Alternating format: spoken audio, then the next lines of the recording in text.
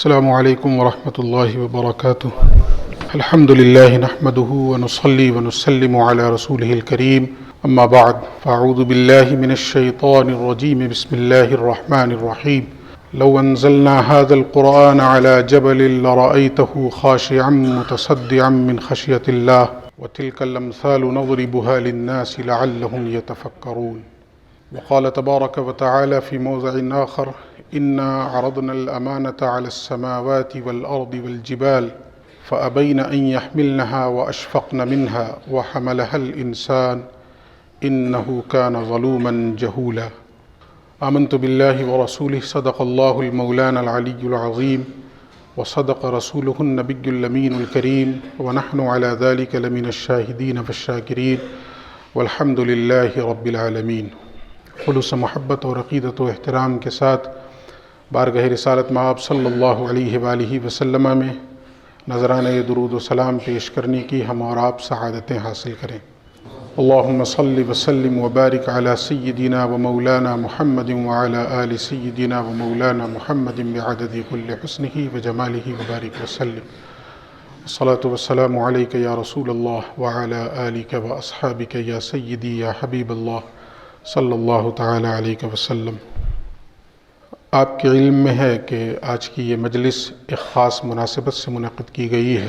جو میرے سامنے اس وقت ایک مخصوص لباس میں تشریف فرما جو طلباء ہیں، انہوں نے اپنے سینے میں قرآن حکیم کا حفظ مکمل کیا ہے، تو اس مناسبت سے ان بچوں کی حوصلہ افزائی کی غرض سے اس محفل کا انعقاد کیا گیا ہے۔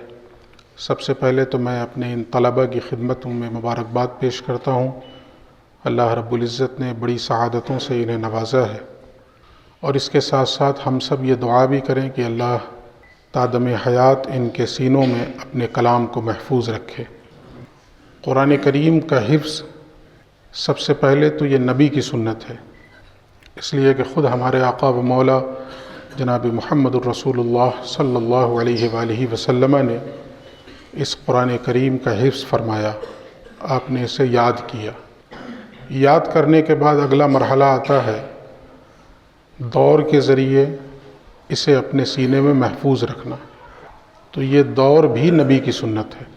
حضرت فاطمہ سے روایت ہے کہ ہر سال حضرت جبرائیل کے ساتھ اللہ کے نبی قرآن حکیم کا ایک مرتبہ دور فرمایا کرتے تھے، اور مزید فرمایا کہ جو آپ کی حیات ظاہری کا آخری سال تھا، اس سال رمضان المبارک میں خاص اہتمام کے ساتھ آپ صلی اللہ علیہ وآلہ وسلم نے حضرت جبریل کے ساتھ 2 مرتبہ دور کیا۔ میں بھی حافظ ہوں، آپ سب حافظ ہو چکے ہیں۔ ہم لوگوں کو ان دونوں جہتوں سے غور و فکر کرنا چاہیے اور پیش نظر رکھنا چاہیے کہ ہم نے جو حفظ کیا ہے تو نبی کی ایک سنت ہم نے ادا کر لی ہے، اب دوسری سنت کی ادائیگی کے لیے ہمیں اپنے آپ کو ہمتاً تیار رکھنا ہوگا، اور وہ دوسری سنت ہے اس کا دور کرتے رہنا، تاکہ یہ ہمارے سینوں میں محفوظ رہ سکے۔ اس لیے کہ دونوں چیزیں ہیں، سینے میں ہم نے قرآن محفوظ کر لیا تو کتنی بڑی بشارت ہے۔ اللہ کے نبی فرماتے ہیں کہ وہ جسم جس میں قرآن محفوظ ہو جائے گا، جمع ہو جائے گا، اللہ رب العزت اس جسم کو قرآن کی حفاظت کے صلے میں جہنم کی آگ سے محفوظ فرما دے گا۔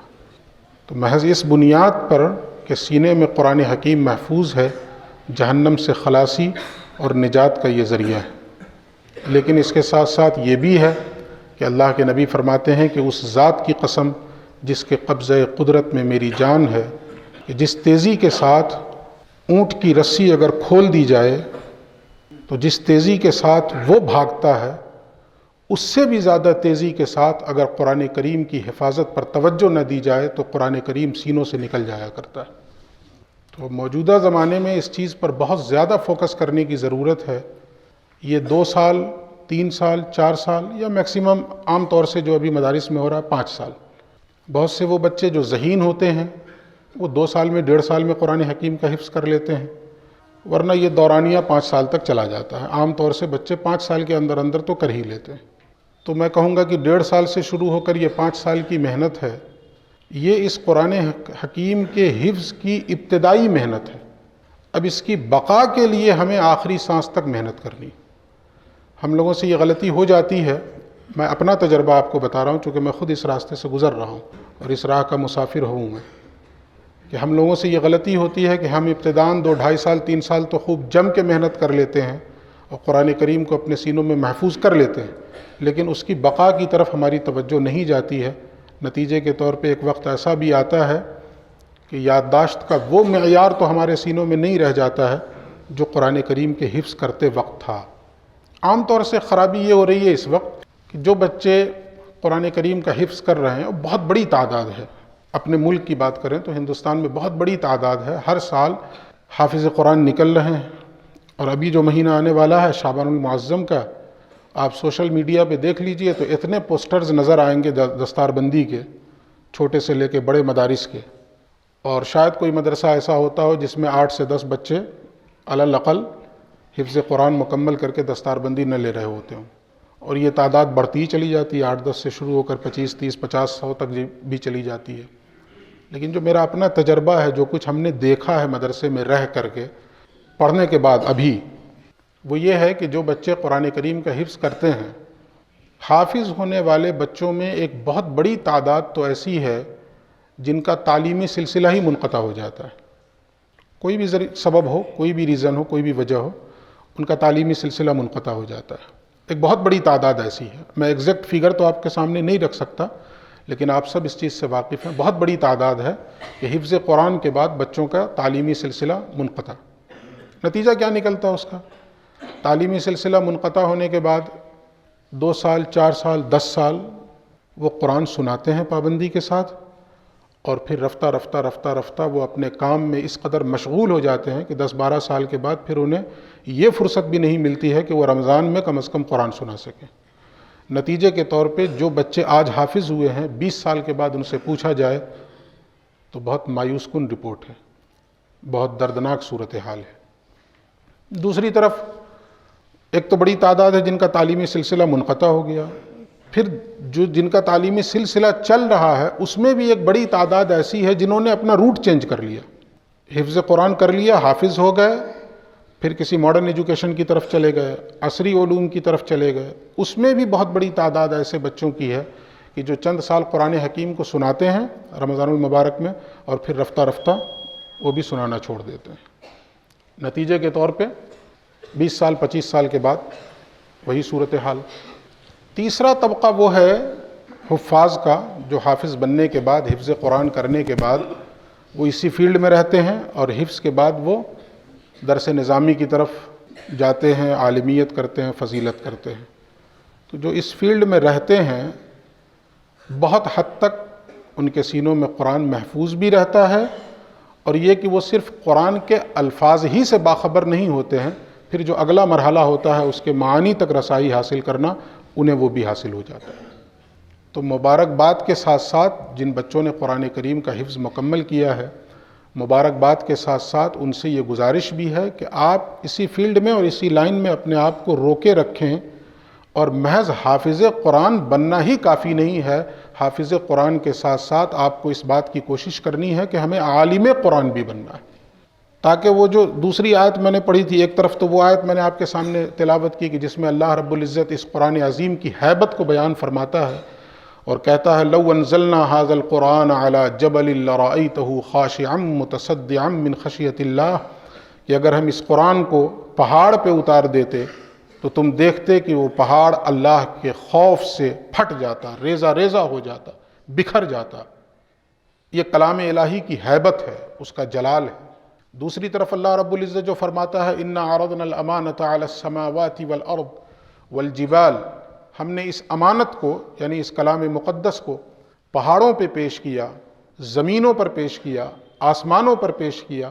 ان ساری چیزوں نے اپنی بے بسی کا اظہار کیا اور انکار کر دیا کہ پروردگار ہمارے اندر یہ سکت نہیں، یہ طاقت و قوت نہیں کہ ہم اس طرح تیرے کلام کے بوجھ کو برداشت کر سکیں. آگے اللہ رب العزت فرماتا ہے وَحَمَلَهَا الْإِنسان، یہ انسان کا کمال ہے کہ جس نے اس کلام مقدس کے بوجھ کو برداشت کیا اور اٹھا لیا.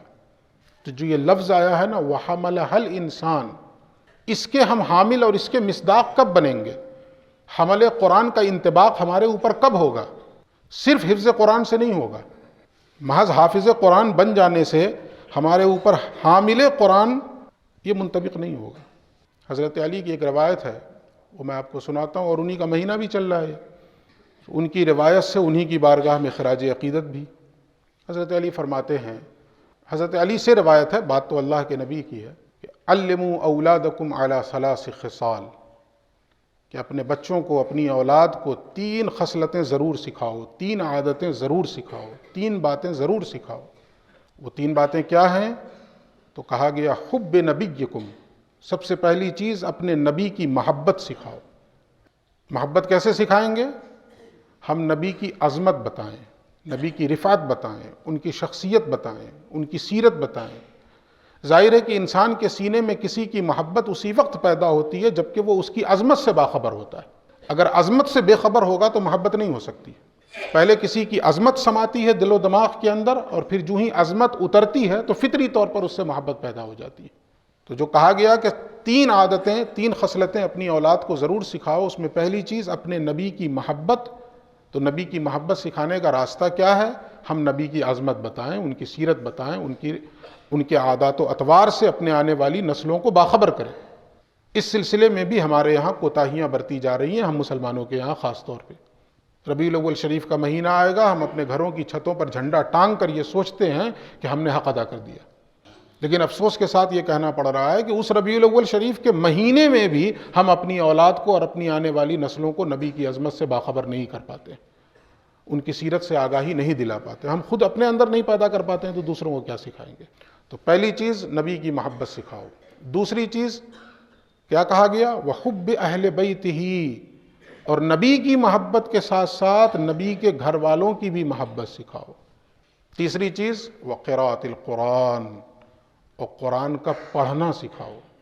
آگے جو ٹکڑا ہے حدیث کا وہ کیا ہے؟ فإن حملۃ القرآن فی ظل اللہ یوم لا ظل الا ظلہ، جو قرآن میں کہا گیا وحملہ الانسان، انسان نے اسے اٹھایا، تو انسان حامل ہو گیا اس قرآن کا۔ حدیث میں کیا کہا گیا؟ فإن حملۃ القرآن فی ظل اللہ یوم لا ظل الا ظلہ، اس لیے کہ قرآن کا اٹھانے والا اس دن جس دن اللہ کے سائے کے سوا کوئی سایہ نہیں ہوگا، وہ اللہ کے سائے میں جگہ پائے گا۔ کون؟ جو حامل قرآن ہوگا۔ اب یہ حامل قرآن کون ہے؟ آیت میں بھی لفظ آیا اور حدیث میں بھی لفظ آیا، تو شارحین نے بڑی پیاری بات لکھی ہے۔ وہ کہتے ہیں کہ حملۃ القرآن ہے کیا؟ تو فرماتے ہیں ہم الذین یحفظون القرآن، سب سے پہلی چیز یہ وہ لوگ ہیں حامل قرآن جو قرآن کو محفوظ رکھیں اپنے سینوں کے اندر۔ ہم الذین یحفظون القرآن عن ظہر قلب، جو اپنے دل کے اندر اور دل سے قرآن حکیم کی حفاظت کریں۔ دونوں چیزیں، دل کے اندر بھی حفاظت کریں اور دل سے حفاظت کریں، یعنی صرف زبان پر نہ ہو قرآن، دل کے اندر بھی ہو قرآن، پہلی چیز۔ دوسری چیز وَيَتَدَبَّرُونَ مَعَانِيهِ، اور قرآن کے ظاہری الفاظ کی حفاظت کے ساتھ ساتھ قرآن کے معانی میں بھی تدبر کریں، تفکر کریں، غور و فکر کریں، جیسا کہ قرآن حکیم میں جگہ جگہ کہا گیا افلا یتدبرون افلا یتفکرون، کیوں نہیں وہ غور و فکر کرتے، کیوں نہیں وہ تدبر سے کام لیتے؟ تو ظاہری حفاظت کے ساتھ ساتھ، الفاظ کی حفاظت کے ساتھ ساتھ اس کے معانی میں بھی تدبر، اس کے معانی پر بھی غور و فکر اور اس کے معانی تک رسائی۔ اور پھر کہا وَيَعْمَلُونَ بِأَحْكَامِهِ، اور اس کے ساتھ ساتھ قرآن حکیم کے احکام کے مطابق وہ عمل کرنے لگ جائیں، جو قرآن کے فرامین ہیں اس کے مطابق وہ عمل کرنے لگ جائیں۔ اور پھر مزید فرمایا وَيَطْبِقُونَهَا فِي حَيَاتِهِمْ، اور قرآن حکیم کے اصول اور ضوابط کو اپنی پریکٹیکل لائف میں اپلائی کرنے والے ہوں۔ تو جن کے اندر یہ صفات پائی جائیں کہ قرآن حکیم کے الفاظ کی بھی حفاظت ہو، اس کے ظاہر کی بھی حفاظت ہو، اس کے معانی میں بھی تدبر ہو، تفکر ہو، غور و فکر ہو، اس کے احکامات پر عمل بھی کیا جائے اور اپنی عملی زندگی میں قرآن حکیم کو اپلائی کیا جائے، جن کے اندر یہ صفات پائی جائیں گی در حقیقت وہ حاملین قرآن ہوں گے۔ تو اللہ رب العزت نے جو فرمایا کہ انسان نے اٹھایا، تو ہمارے اوپر اس اٹھانے کا انطباق کب ہوگا؟ جب ہم ان صفات کے حامل بن جائیں گے۔ یا وہ جو روایت میں کہا گیا فإن حملۃ القرآن، اس لیے کہ قرآن کو اٹھانے والے جس دن اللہ کے سائے کے سوا کوئی سایہ نہیں ہوگا، وہ اللہ کے سائے میں جگہ پائیں گے۔ یہ کون لوگ ہوں گے؟ جو ان صفات کے حامل ہوں گے۔ تو اسی لیے ابھی آپ کی محنت کی ابتدا ہے، یہ جو آپ نے 2 سال 3 سال 4 سال یا 5 سال محنت کی ہے، اب تادم حیات اس محنت کو باقی رکھنا ہے تاکہ قرآن حکیم کے الفاظ بھی آپ کے سینے میں محفوظ رہ سکیں، اور پھر مزید آپ جب اسی فیلڈ میں آگے تعلیم حاصل کریں گے تو اس کے معانی میں بھی تدبر اور تفکر کا موقع ملے گا، اور اس 4 دیواری کے اندر رہیں گے جہاں سارا زور اور سارا فوکس اور ساری توجہ عمل کے اوپر دلائی جاتی ہے، تو ظاہر ہے کہ اس کے احکام پہ عمل کا جذبہ بھی پیدا ہوگا، اور جب اس نورانی، روحانی اور عرفانی ماحول کے زیر سایہ ہمارے زندگی کے شب و روز گزریں گے تو قرآن حکیم کو ہم اپنی زندگی میں اپلائی کرنے کی بھی فکر کرنے والے بن جائیں گے۔ پھر اس کے بعد ہمارے اوپر اس چیز کا انطباق ہوگا کہ ہاں ہم اب حاملین قرآن کے زمرے میں شامل ہوئے۔ تو دونوں باتیں ذہن میں رکھنی ہیں کہ ہم نے سینے میں محفوظ کیا تو اللہ کے نبی نے کیا فرمایا کہ وہ جسم جس کے اندر قرآن محفوظ ہے اللہ اسے جہنم کی آگ سے محفوظ کر دے گا، لیکن ساتھ ساتھ جس تیزی کے ساتھ اونٹ کی نکیل اگر ڈھیلی چھوڑ دی جائے، کیا بولتے ہیں اس کو، اقال، جس سے اس کو باندھا جاتا ہے، اگر اسے نکال دیا جائے تو جس تیزی سے اونٹ بھاگتا ہے اس سے بھی زیادہ تیزی کے ساتھ قرآن حکیم سینوں سے نکلتا ہے۔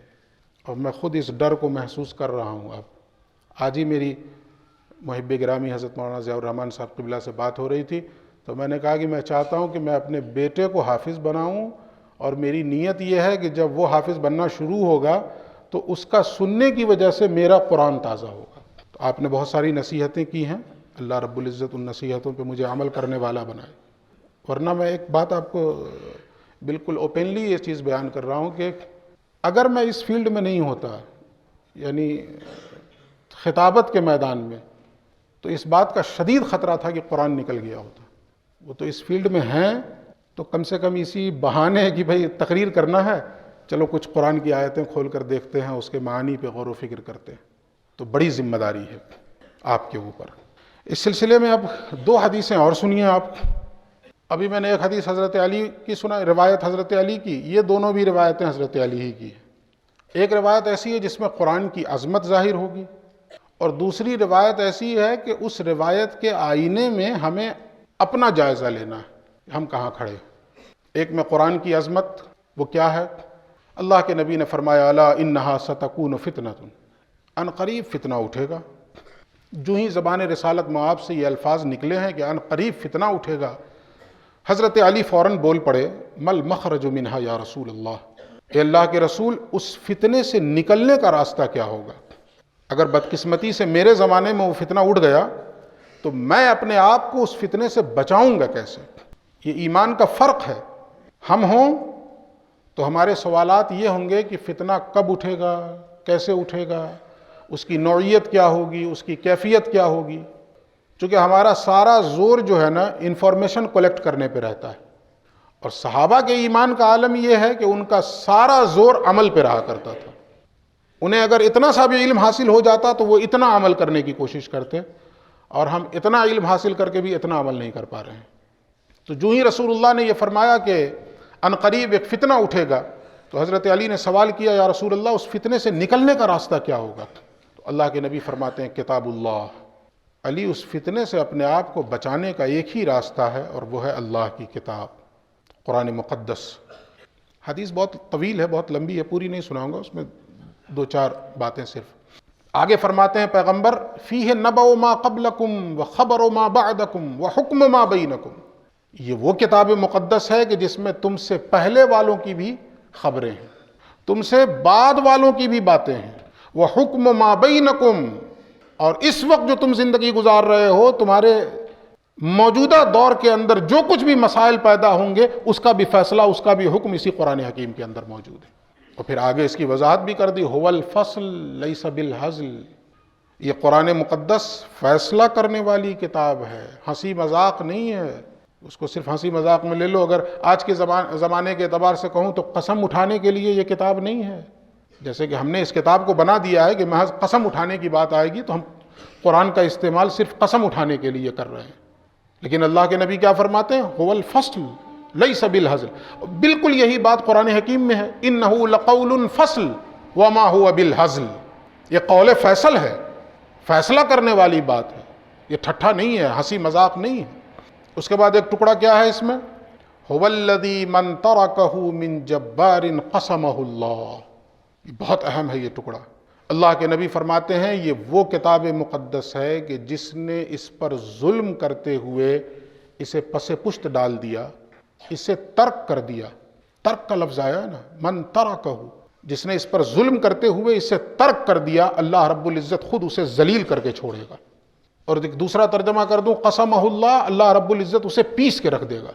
موجودہ حالات کے تناظر میں اگر ہم دیکھیں تو ہماری ذلت، ہماری رسوائی اور ہماری پسپائی اس ٹکڑے کے آئینے میں دیکھ لیجئے تو ہمیں صاف نظر آ جائے گا کہ چوک کہاں ہوئی ہے ہم سے. جس نے اسے ترک کیا، شاید اسی ٹکڑے کا ترجمہ کیا ہے علامہ اقبال نے، وہ زمانے میں معزز تھے مسلمان ہو کر، اور تم خوار ہوئے تارک قرآن ہو کر. اور تم خوار ہوئے تارک قرآن ہو کر. وہ قرآن کی ایک آیت بھی ہے کہ جس میں نبی شکایت کریں گے، وقال الرسول یا رب ان قوم اتخذوا هذا القرآن مہجورا.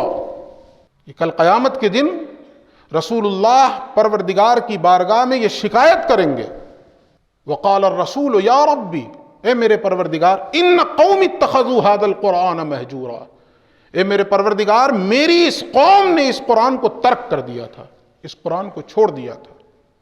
اگر اوورآل بحیثیت امت ہم جائزہ لیں تو ہمارے گھروں کی صورتحال کیا ہے؟ ہمارے گھروں نے اور ہمارے گھر والوں نے قرآن کو ترک کر دیا. کتنے گھروں میں قرآن حکیم کی تلاوت ہو رہی ہے؟ ہم لوگوں کے بچپن میں، خود اپنی بات بتا رہا ہوں کہ میرے بچپن میں ہم لوگوں کی آنکھ کھلتی تھی قرآن حکیم کی تلاوت کی آواز سے. گھر کی خواتین، بوڑھی ہماری دادی وہ تلاوت کرتی تھیں، والدہ، چچی وغیرہ وہ اچھا جوائنٹ فیملی ہوتی تھی، ایک گھر میں رہتے تھے تو ایک کونے میں وہ کر رہی ہیں، ایک کونے میں وہ کر رہی ہیں، ایک کونے میں وہ کر رہی ہیں، وہ آواز کی بلندی. اب تو بڑے بڑے گھر ہو گئے اور سب کا کمرہ جو ہے وہ، آج کی زبان میں لفظ استعمال کروں تو اس کھوپچے میں ان کا ہے تو اس کھوپچے میں ان کا، اندر میں پڑھ بھی رہے ہیں تو کیا آواز آئے گی؟ کچھ بھی نہیں. نتیجے کے طور پہ موبائل کے الارم سے آنکھ کھلتی ہے، قرآن حکیم کی تلاوت سے کہاں آنکھ کھلتی ہے؟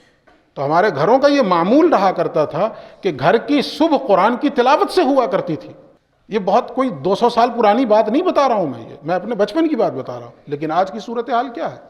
ہمارے گھروں میں قرآن پڑھنے کا رواج کہاں رہ گیا؟ خود ہم اپنا جائزہ لے کر دیکھ لیں کہ ہماری آنکھ کھلتی ہے تو ہم سب سے پہلے موبائل دیکھتے ہیں، قرآن حکیم ہم نہیں پڑھ رہے ہیں. تو کہیں ایسا نہ ہو کہ کل قیامت کے دن جن لوگوں کے لیے رسول اللہ شکایت کریں گے کہیں ہمارا بھی شمار انہی لوگوں میں نہ ہو جائے. تو پھر بچے گا کیا ہمارے پاس؟ اگر پیغمبر کہہ دیں ان قوم اتخذوا هذا القرآن مہجورا، میری اس قوم نے، ان لوگوں نے قرآن حکیم کو چھوڑ دیا تھا، ترک کر دیا تھا، تو پھر کیا ہوگا؟ دنیا تو گئی ہی. دنیا کس گئی؟ جو حدیث میں کہا گیا کہ جو اس قرآن کو ترک کرے گا، پس پشت ڈالے گا، اللہ اسے ذلیل کر کے چھوڑے گا. تو دنیا میں تو ذلت و رسوائی مقدر ہو ہی گئی، اور وہاں بھی صورتحال ہماری کچھ اس سے الگ نہیں ہوگی. اور سنیے آگے کیا ہے اسی حدیث میں. اللہ کے نبی کیا فرماتے ہیں؟ من ابتغى الہدی فی غیرہ اضلہ اللہ، جس نے اس قرآن کے علاوہ کہیں اور سے ہدایت تلاش کرنے کی کوشش کی، اللہ اسے گمراہ کر دے گا. جس نے اس قرآن کے علاوہ کہیں اور سے ہدایت تلاش کرنے کی کوشش کی، اللہ اسے گمراہ کر دے گا. آج کا زمانہ اتنے بدترین دور سے ہم اور آپ گزر رہے ہیں کہ اگر کسی سے کہہ دیجئے رجوع الی الکتاب والسنہ، ہر اختلافی مسائل میں چلو ہم اپنے مسئلے کا تصفیہ کتاب اللہ کی روشنی میں کریں گے، یا کتاب اللہ کی تشریح سنت رسول یا حدیث رسول کی روشنی میں کریں گے، تو چی بجب ہی ہو جائے گا. نہیں، ہمارے بڑوں کی کتابوں سے لاؤ، ہمارے بزرگوں کی کتابوں سے لاؤ، ہم وہاں سے اپنے مسائل کا تصفیہ کریں گے. ذرا اس ٹکڑے کو پیش نظر رکھیں کہ پیغمبر فرماتے ہیں جو اس قرآن کو چھوڑ کر کہیں اور سے ہدایت تلاش کرنے کی کوشش کرے گا، اللہ اسے گمراہ کر دے گا. اور زندگی میں کتنی مرتبہ سن چکے ہیں، من یہدہ اللہ فلا مضل لہ ومن یضللہ فلا ہادی لہ، جسے اللہ ہدایت دے اسے کوئی گمراہ نہیں کر سکتا ہے، اور جس کی گمراہی پہ اللہ مہر لگا دے پھر دنیا کی کوئی طاقت اسے ہدایت بھی نہیں دے سکتی. اور اللہ کسے گمراہ کرے گا؟ جو قرآن چھوڑ کر کہیں اور سے ہدایت تلاش کرنے کی کوشش کرے گا. تو ہمیں اس چیز پر بھی نظر رکھنی ہے کہ ہمیں اپنی زندگی کے ہر موڑ پر جب بھی کسی مسئلے میں تنازع ہو جائے، جس کو قرآن نے کہا فَإِن تَنَازَعْتُمْ فِي شَيْءٍ فَرُدُّوهُ إِلَى اللَّهِ وَالرَّسُولِ، کسی بھی مسئلے میں تمہارے درمیان تنازع پیدا ہو جائے اسے پلٹاؤ اللہ اور رسول کی طرف. اللہ اور رسول کی طرف پلٹانے سے مراد کتاب اللہ کی طرف پلٹاؤ، یا کتاب اللہ کی تشریح و تعبیر احادیث رسول کی طرف پلٹاؤ. اور کیا کہا؟ بہت ساری چیزیں چھوڑ رہا ہوں. 3 چیزیں اور اس حدیث کی آپ کو سناتا ہوں. لا یشبع منہ العلماء، یہ وہ کتاب مقدس ہے کہ جس سے علماء کبھی سیر نہیں ہوں گے. دوسری کتابیں آپ 10 مرتبہ پڑھ لیجئے، سیر ہو جائیے گا. دوسری کتابیں آپ 10 مرتبہ پڑھ لیجئے، سیر ہو جائیے گا. لیکن قرآن مقدس ڈوبتے چلے جائیے، ڈوبتے چلے جائیے. یہ ایک ایسا بحر ناپیدا کنار ہے. خوف زدہ ہونے کی ضرورت نہیں ہے کہ ایسا بحر ناپیدا کنار ہے کہ جس کا کنارہ ہی نہیں ملے گا. نہیں، یہ ایسا بحر ناپیدا کنار ہے جس میں ڈوبنے کے بعد انسان کو نکلنے کی خواہش ہی نہیں ہوگی. اس میں اترنے کے بعد انسان کو نکلنے کی تمنا ہی نہیں ہوگی. وہ تو سوچے گا کہ اب اسی میں ڈوبے رہو، اسی میں مست رہو. علماء کبھی اس سے سیر نہیں ہوں گے. آپ دیکھ لیجئے، یہ میرے علماء بیٹھے ہیں، مفتی صاحب قبلہ ہیں، زری صاحب قبلہ ہیں، ضیاء بھائی 10 سال سے پڑھا رہے ہیں، 15 سال سے پڑھا رہے ہیں. پوچھئے ان سے کہ پیٹ بھر گیا پڑھاتے پڑھاتے؟ کہیں گے نہیں، جب پڑھاتا ہوں نئی لذت ملتی ہے. لا یشبع منہ العلماء. اچھا، پھر اس کے بعد یہ تو ہو گیا علماء کے لیے لا یشبع منہ العلماء. عوام کے لیے تو ایک ٹکڑا ہے ولا یخلق عن کثرت الرد. بار بار کا دہرایا جانا اس پر پرانا پن طاری نہیں کرے گا. بار بار کا دہرایا جانا اس پر پرانا پن طاری نہیں کرے گا. اس میں بہت سے لوگ ایسے ہیں جو پچھلے 50 سال سے قرآن حکیم رمضان میں سن رہے ہوں گے، تو کیا دل میں خواہش ہوئی کہ اس بار کچھ اور سنیں گے؟ 50 سال سے تو 21 چیز سن رہے ہیں قرآن حکیم. نہیں، ان سے جا کے پوچھئے تو انہیں تمنا ہوگی کوئی اور اچھا پڑھنے والا لے کر آئیے. اچھا پڑھنے والا، یہ بھی ضروری چیز ہے. اللہ کے نبی فرماتے ہیں زینوا القرآن باصواتکم، قرآن کو اپنی آوازوں سے سجاؤ سنوارو. اپنی آواز میں نغمگی پیدا کرو قرآن کے پڑھتے وقت، ایک ساز پیدا کرو قرآن کے پڑھتے وقت. جس کو حضور نے کیا مزمار کا لفظ استعمال کیا پیغمبر نے حضرت ابو موسیٰ اشعری کے لیے، کہ حضرت ابو موسیٰ اشعری قرآن حکیم کی رات میں تلاوت کر رہے تھے. حضور گشت فرما رہے تھے، آپ کے کانوں میں حضرت ابو موسیٰ اشعری کی تلاوت کی آواز پہنچ گئی. صبح آپ نے انہیں بلایا اور بلا کے کیا کہا؟ یا ابا موسیٰ انک قد اوتیت مزمارا من مزامیر آل داؤد. اے ابو موسیٰ، میں نے تیری تلاوت کی آواز سنی ہے. تمہاری آواز میں ایسا سوز ہے اور ایسا ساز ہے کہ مجھے محسوس ہوتا ہے کہ آل داؤد کے سازوں میں سے کوئی ساز اللہ نے تیرے گلے میں ڈال دیا. تو اس کے اندر نغمگی لانا بھی ہے ہمیں، جس کو ایک حدیث میں اور واضح لفظوں میں حضور نے کہا لیس منا من لم یتغن بالقرآن. اس شخص کا مجھ سے کوئی تعلق ہی نہیں ہے جو قرآن کے پڑھتے وقت نغمگی پیدا نہ کرے. اس کو اگر لفظ میں استعمال کر دوں کہ اس کو پڑھنے میں موسیقیت کو پیدا نہ کرے تو اس کا ہم سے کوئی تعلق نہیں ہے. نغمگی پیدا ہونی چاہیے قرآن حکیم کے اندر. تو جو حدیث میں کہا گیا کہ بار بار کا دہرایا جانا اس پر پرانا پن طاری نہیں کرے گا. یہ دیکھ لیجئے عام آدمی بھی اتنی مرتبہ سن رہے ہیں قرآن حکیم، لیکن ان کی خواہش ہوتی ہے کوئی اور اچھا پڑھنے والا آ جائے، کوئی اور اچھا پڑھنے والا آ جائے. بعض مقامات پہ خاص طور پہ حرمین کی جو تلاوت ہوتی ہے تو لمبی لمبی تلاوت ہوتی تھی. اس کے باوجود جب رکوع ہو جاتا تھا نا تو دل میں ایسا خیال آتا تھا کہ کاہے کو ابھی رکوع ہوا، ابھی اور چلتے رہنا چاہیے. اور ہمارے یہاں بھی ماشاءاللہ نماز میں حسین میاں اور ہمارے علامہ ضیاء صاحب جب قرآن پڑھتے ہیں تو طبیعت چاہتی ہے کہ پڑھتے ہی رہیں. ان کے پڑھنے کا وہ انداز ہے، ان کے پڑھنے میں وہ نغمگی ہے. اس کے بعد کیا فرمایا؟ وَلَا يَنْقَضِي عَجَائِبُهُ. اور اس قرآن حکیم کے عجائبات کبھی ختم نہیں ہوں گے، کبھی ختم نہیں ہوں گے. آپ دیکھیے کہ کتنی تفسیریں لکھی جا چکی ہیں ان 1400 ساڑھے 1400 سالوں میں، اور آج بھی لکھی جا رہی ہیں، اور آج بھی نئے نئے معانی نکالے جا رہے ہیں، نئے نئے مفاہیم نکالے جا رہے ہیں. تو آپ یہ مت کہیے یا مورد الزام کسی کو نہیں ٹھہرائیے کہ 1400 سال میں کسی کی نظر یہاں نہیں پہنچی، آپ کی کیوں پہنچ گئی؟ یہ تو قرآن پہ اعتراض ہو گیا. پیغمبر فرماتے ہیں لا ينقضی عجائبہ، اس کے عجائبات کبھی ختم ہی نہیں ہوں گے. اللہ رب العزت صبح قیامت تک معانی کی گرہیں کھولتا رہے گا، نئے نئے عجائبات نکل کر آتے رہیں گے. اور پھر آخری ٹکڑا هو الذی لم تنتہ الجن اذ سمعتہ حتی قالوا انا سمعنا قرآنا عجبا.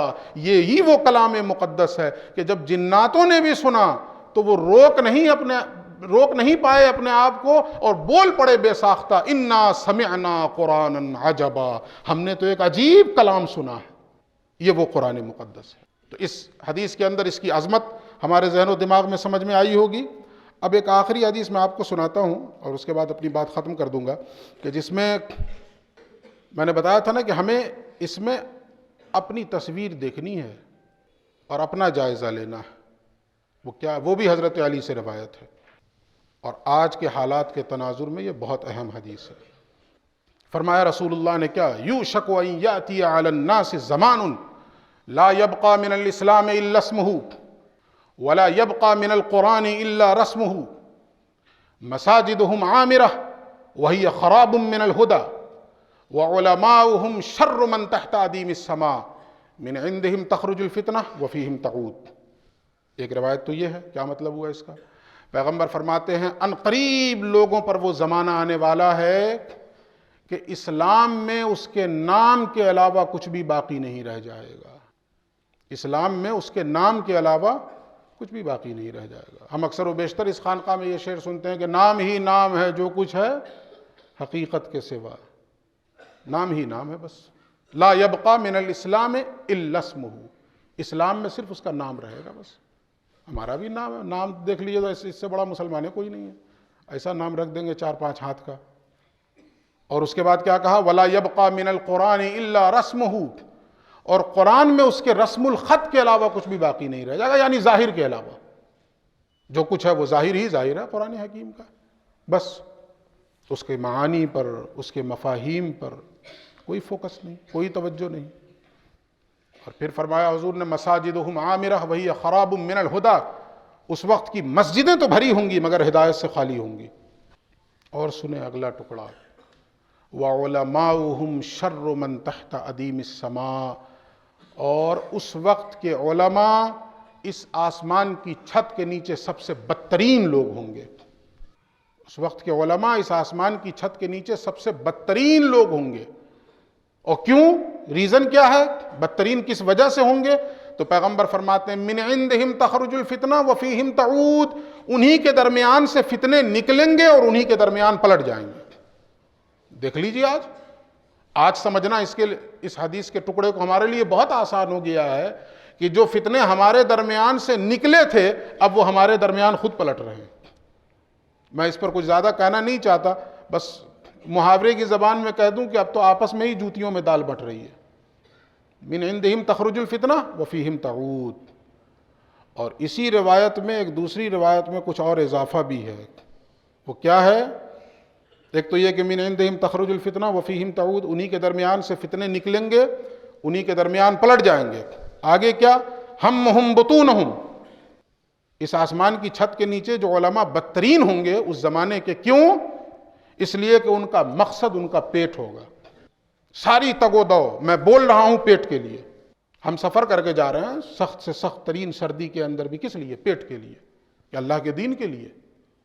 اتنا سا بھی اخلاص پیدا ہو جائے نا تو انقلاب آ جائے زمانے کے اندر، لیکن یہاں تو مقاصد ہی بدل گئے نا، مقصد پیٹ ہے ہمارا۔ اس کے بعد وَشَرَفُهُمْ مَتَاعُهُمْ، شرف اور بزرگی اس کا معیار کیا ہوگا؟ تقوی نہیں؟ بڑا سے بڑا متقی ہے اس کو ہم گھاس نہیں ڈال رہے ہیں، صاحب شرف انسان ہے لیکن اس سے ملنا گوارا نہیں کر رہے ہیں، اس پہ تو فتویٰ لگا کے بیٹھے ہیں۔ شرف و بزرگی کا معیار ہم نے کیا بنا لیا؟ متاع، پونجی۔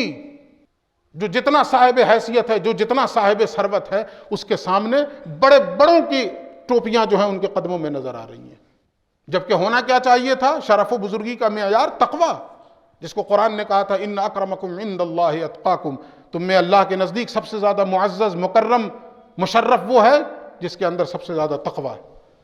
تو پیغمبر نے فرمایا کہ وہ جو زمانہ آئے گا جس وقت علماء سب سے بدترین ہوں گے، اس کی وجوہات کیا ہوں گی؟ ان میں سے ایک یہ بھی ہے وَشَرَفُهُمْ مَتَاعُهُمْ، شرف و بزرگی کا معیار پونجی، دولت۔ اور آگے فرمایا وَقِبْلَتُهُمْ نِسَاؤُهُمْ، اور ان کا قبلہ جو ہے نا وہ ان کی عورتیں ہوں گی۔ دیکھ لیجئے، تو صرف زبان سے کہنے کے لیے نماز میں ہے متوجہن الی جہت الکعبۃ الشریفہ، لیکن وہ ہر وقت تو متوجہن الی جہت کچھ اور ہے، متوجہن الی جہت زوجۃ الشریفہ ہو جائے گا۔ اس وقت ان کا قبلہ ان کی عورتیں ہوں گی۔ اور فرمایا وَدِينُهُمْ دَرَاهِمُهُمْ، اور ان کا دین درہم و دینار، درہم و دینار کے بدلے آپ جب چاہیے جو چاہیے مسئلہ بدلوا لیجئے، آپ کے پاس ہے تو دین اس وقت کیا ہو جائے گا؟ یہ چیز۔ تو اس روایت میں جو چیز بیان کی گئی وہ کیا ہے؟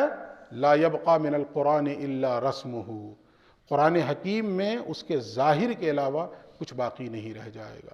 تو ہمیں اس بات پر فوکس کرنی ہے کہ اللہ رب العزت ہمیں ان علماء صف کی جماعت سے بچائے، علماء سو کی جماعت سے بچائے، اور علماء حق کے زمرے میں رکھے کہ جو قرآن حکیم کے صرف ظاہر ہی کو نہیں، جیسا کہ وہ جو شرح میں بیان کیا گیا تھا شروع میں کہ حامل قرآن کون لوگ ہوں گے؟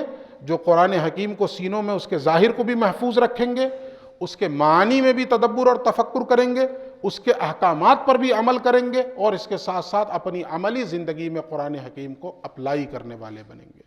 تو یہ بچے بہت مبارکباد کے مستحق ہیں، ان کے والدین بھی، ان کے گارجین بھی بہت مبارکباد کے مستحق ہیں کہ اس زمانے میں جبکہ ہر باپ کی یہ خواہش ہوتی ہے کہ بچے کو جلد سے جلد اس لائق بنا دیا جائے کہ وہ کچھ نہ کچھ ارن کرنے لگ جائے، کمانے لگ جائے، تو آپ اپنے والد کا اور والدہ کا جس قدر شکر ادا کیجئے کم ہے کہ اس بھاگ دوڑ والی زندگی میں، اور جہاں رنگینی اور رانائی کی طرف ہر شخص بے تحاشا دوڑا جا رہا ہے اور بھاگا جا رہا ہے، وہ بھی چاہتے تو آپ کو کسی ایسی فیلڈ میں ڈالتے کہ جہاں آپ ان کے لیے کچھ کما کر لا کر دیتے، لیکن نہیں، انہوں نے اپنا پیٹ کاٹ کر کے قربانیاں دے کر آپ کو اس راہ میں لگایا کہ آپ قرآن حکیم کے حافظ بنیں، قرآن حکیم کے عالم بنیں، قرآن حکیم کے عامل بنیں، قرآن حکیم کے حامل بنیں۔